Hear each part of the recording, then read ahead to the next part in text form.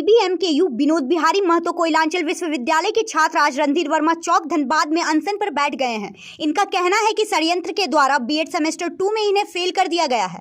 करीब 2000 छात्रों का भविष्य खतरे में पड़ गया है। वाइस चांसलर या उपकुलपति पर लगाए तरह तरह के आरोप। प्रस्तुत है कैमरामैन शैलेश के साथ पंकज सिन्हा की रिपोर्ट। नमस्कार, आप देख रहे हैं न्यूज इंडिया 24 और मैं हूं आपके साथ पंकज सिन्हा। आज हम धनबाद के रणधीर वर्मा चौक पर मौजूद हैं।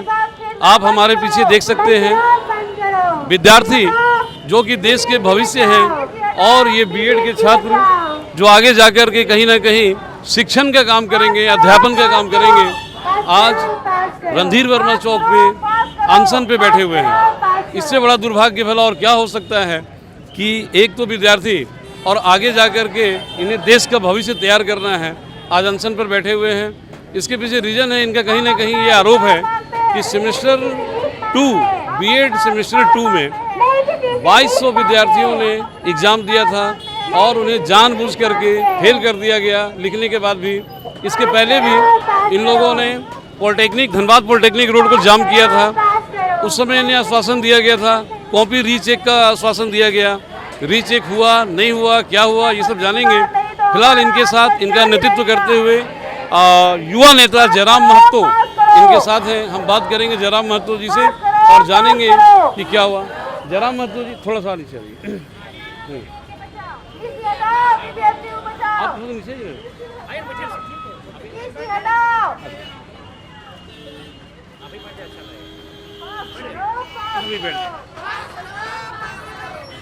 रेडी।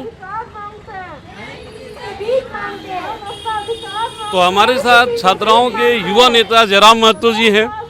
जयराम महतो जी से मैं जानना चाहूँगा कि समस्या जो है इससे पहले मतलब कि पॉलिटेक्निक रोड को जाम किया गया था, उस समय रीचेक का आश्वासन दिया गया था, क्या वो रीचेक नहीं हुआ? देखिए, रीचेक कहीं ना कहीं सेटिंग के माध्यम से हुआ। वे जैसा करना चाहते हैं अपना प्लानिंग के साथ, रीचेक पारदर्शिता के साथ होना चाहिए, ना कि संकीर्णता मानसिकता के साथ होना चाहिए। तो मेरा मानना है कि रीचेक छात्रों को डेमोरलाइज करने के उद्देश्य से किया गया था। वे अपने पहले की स्थिति में बरकरार रखने के उद्देश्य से किए थे। तो अभी फिलहाल अब रीचेक का भी समय नहीं है, काफ़ी समय विलम्ब हो चुका है। तो ऐसी परिस्थिति में चाहिए कि सभी छात्राओं को पास कर दिया जाए। और क्योंकि देखिए, बीएड करने वाले मैक्सिमम जो छात्र होते हैं वो शिक्षिका बनने के उद्देश्य से ही बीएड करते हैं। तो अगर कुछ परसेंटेज फेल होते तो समझ में आता कि चलिए कोई भी इंसान कहीं भी फेल होता है, जीवन के हर मोड़ में पास फेल होता है, लेकिन अधिकांश छात्र छात्राओं को फेल कर दिया गया है। यानी ये आप तर्क रख सकते हैं कि माननीय वीसी महोदय किसी पूर्वाग्रह की मानसिकता हो या फिर कोई अन्य संकीर्ण मानसिकता हो या फिर कोई उनकी ऐसी सोच हो, चूँकि आखिर तो इस राज्य के नहीं है। हम उनका सम्मान करते हैं, उनके पद का सम्मान करते हैं, गुरुवर हैं उनका सम्मान करते हैं, लेकिन चाहे ब्यूरोक्रेसी की बात करें या एकेडमिक्स की बात करें, जो भी अन्य राज्यों के हैं, पता नहीं उनको क्या मन में सोच कर आते हैं कि इस राज्य को किस उद्देश्य के साथ देखते हैं कि कहीं ना कहीं यहाँ के छात्र युवाओं को बढ़ने का अवसर नहीं देना चाहते हैं। उसी की परिणाम है कि भारी संख्या में छात्रों को फेल किया गया। तो मान लीजिए कि अभी अनशन कितने दिन तक जारी रहेगा और इसके आगे क्या करेंगे? देखिए, हमने तो स्पष्ट कहा कि ये छात्रों का आंदोलन है बीएड के, ये लोग जैसा चाहेंगे इनके आंदोलन में हम लोग का समर्थन रहेगा, सशरीर उपस्थित रहेंगे। हम लोग तो शुरू से कहें कि ये छात्र आंदोलन हम लोग साथ हैं और अभी फिलहाल हम लोग को 60-40 की जो नियोजन नीति है उसके विरोध में भी हम लोग का आंदोलन चल रहा है। तमाम मुद्दों पर आंदोलन चल रहा है, उसके साथ हैं हम लोग। और इन लोगों ने वो मुद्दा अभी तक मतलब क्लियर नहीं हुआ, जो रीचेक का आश्वासन दिया गया था, उसमें क्या हुआ? देखिए, उसमें हमको लगता है कि जो छात्रगण सामने थे, चूँकि हम तो आज आए हैं इनके आंदोलन के समर्थन के लिए, वे लोग आपको बेहतर एक्सप्लेन करेंगे उस दिन हुआ क्या था। जैसा सूचना मिली उस दिन भी कहीं ना कहीं उनकी मानसिकता सही नहीं थी। वे चाहते थे कि जैसा पहले जांच हुआ है उसी को यथावत रख दिया जाए, इसीलिए उन्होंने बहुत प्लानिंग के तहत छात्रों के हित में ना सोचकर रीचेक किया था। बाकी जो छात्र हैं वो आपको बताएंगे कि उस दिन आखिर हुआ क्या था। चलिए, बहुत बहुत धन्यवाद। हम बात करेंगे कुछ छात्राओं से। एक मिनट, पिछली बार जब आप लोगों ने पॉलिटेक्निक रोड जाम किया था उस समय कॉपी रीचेक का आश्वासन दिया गया था। क्या आप लोगों में से कोई ऐसा भी छात्र है जिसका कॉपी रीचेक किया गया था? नहीं। तो क्या ये सिर्फ आश्वासन थी? हाँ, कॉपी रीचेक हुआ था।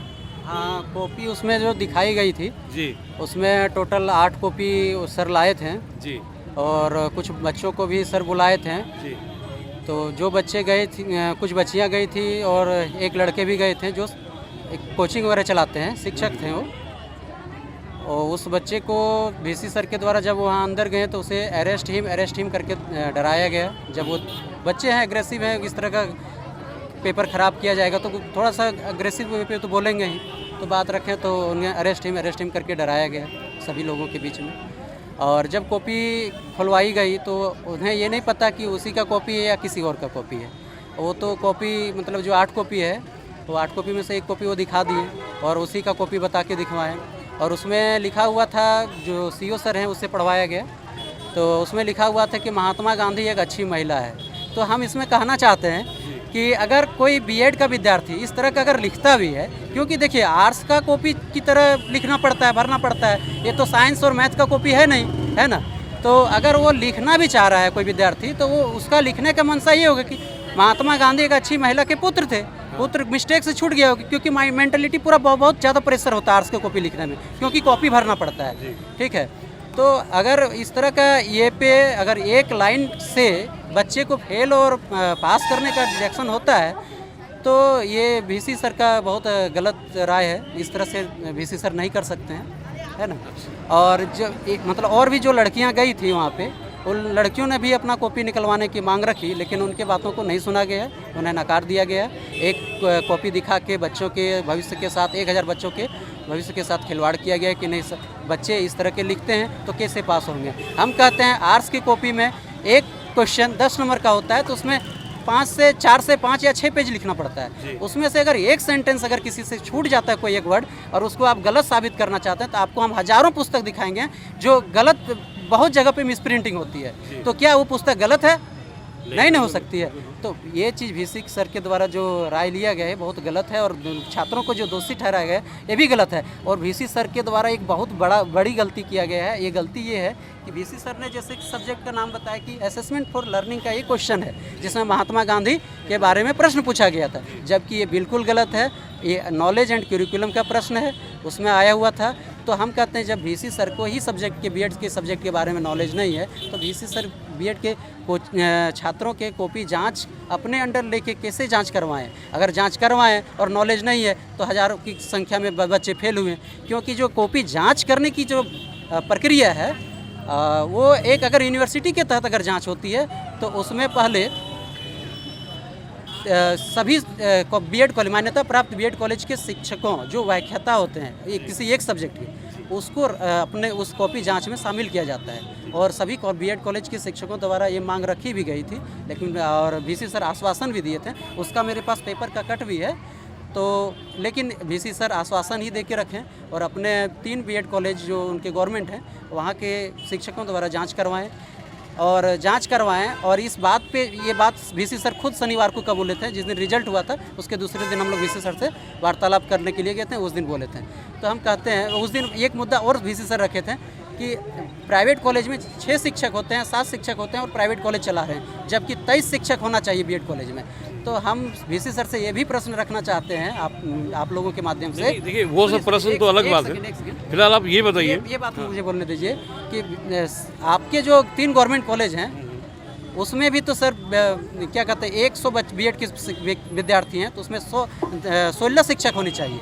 अगर 150 विद्यार्थी हैं बीएड के तो 24 शिक्षक होने चाहिए। और 23 और 24 शिक्षक की बात वीसी सर भी बोले थे उस दिन। तो ये गवर्नमेंट 3 कॉलेज हैं, 3 कॉलेज में भी उतने शिक्षक नहीं हैं, तो आप दूसरे कॉलेज को दोषी दे रहे हैं। और दूसरे कॉलेज को अगर आप दोषी दे रहे हैं उसके अनुसार आप बच्चे को फेल कर रहे हैं बोल रहे हैं, तो हम कहते हैं सर अपने कॉलेज के भी शिक्षकों देखिए और आपको बच्चे के भविष्य के साथ ना खिलवाड़ करके उसके एप्लीकेशन को रद्द कीजिए। और एक बात और मैं आपके साथ मतलब मीडिया के माध्यम से रखना चाहता हूँ कि 2 दिन पहले जो न्यूज़ में आया है कि और पेपर में अखबार में भी आया है कि आरएस टीचर ट्रेनिंग कॉलेज जो है उसमें 100 बच्चे पढ़ रहे हैं, 21-23 के सेशन के बच्चे हैं। वो तो उसमें तो जो विद्यार्थी पास हैं, जो विद्यार्थी फेल हैं, वो सभी के बच्चे के भविष्य जो है संकट में है, मतलब भविष्य खत्म हो चुकी है। रीज़न ये है कि उस कॉलेज को मान्यता प्राप्त एनसीटी से होना चाहिए बीएड कॉलेज का, तो उस एनसीटीई के जो मान्यता प्राप्त जो लोग हैं, मतलब जो इसको मतलब जांच करते हैं, उन्होंने 2020 में ही उसकी मान्यता को रद्द कर दिया था। और वीसी महोदय के द्वारा ये चीज़ मतलब एडमिशन लेने की बात को जारी करते हुए रखते हुए वहाँ पे आरएस टीचर ट्रेनिंग कॉलेज में 100 बच्चों को दाखिला लिया गया है। अब वीसी सर को इतना भी जानकारी नहीं है, जब उनका मान्यता रद्द कर दिया गया है, एनसीटी से प्राप्त नहीं है, एनसीटी से, तो फिर उसमें बच्चे के दाखिला क्यों करवाया जाए, है ना।